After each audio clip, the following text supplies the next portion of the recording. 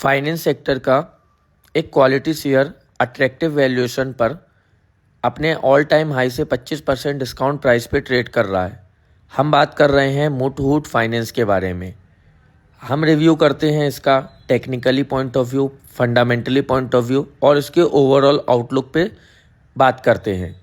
अगर हम इसे first of all technically point of view से स्टडी करते हैं तो चार्ट्स में हमें मंथली टाइम फ्रेम में देखने मिलेगा कि ये अपने ऑल टाइम हाई से गिरते हुए 20 मंथ के सिंपल मूविंग एवरेज के नियर बाय आ चुका है। इसका 20 मंथ का सिंपल मूविंग एवरेज 2,967 रुपये का है और ये अभी 3,085 रुपये पे ट्रेड कर रहा है।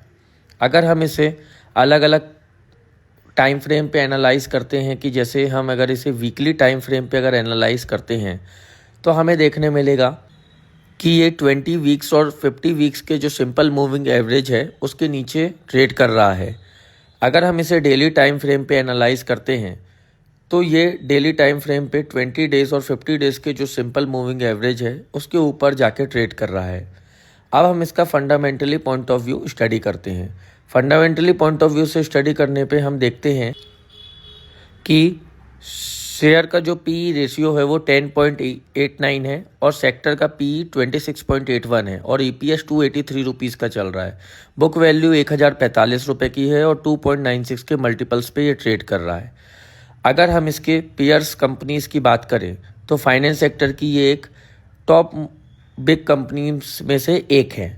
अगर हम शेयर होल्डिंग पैटर्न के पॉइंट ऑफ व्यू से बात करते हैं तो प्रमोटर के पास 73% की स्टेक है, एफआईआईज के पास 11.61% की स्टेक है, डीआईआईज के पास 10.76% की स्टेक है, पब्लिक के पास 3.51 और अदर्स के पास 0.78% की स्टेक है।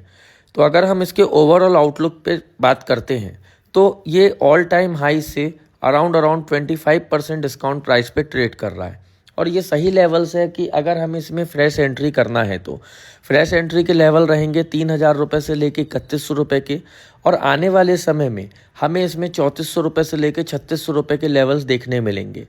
ये video only educational learning purpose के लिए बनाया गया है। इसमें किसी भी तरीके का इन्वेस्ट करने से पहले अपने फाइनेंशियल एडवाइजर से कंसल्ट करें। Thank you for watching this video.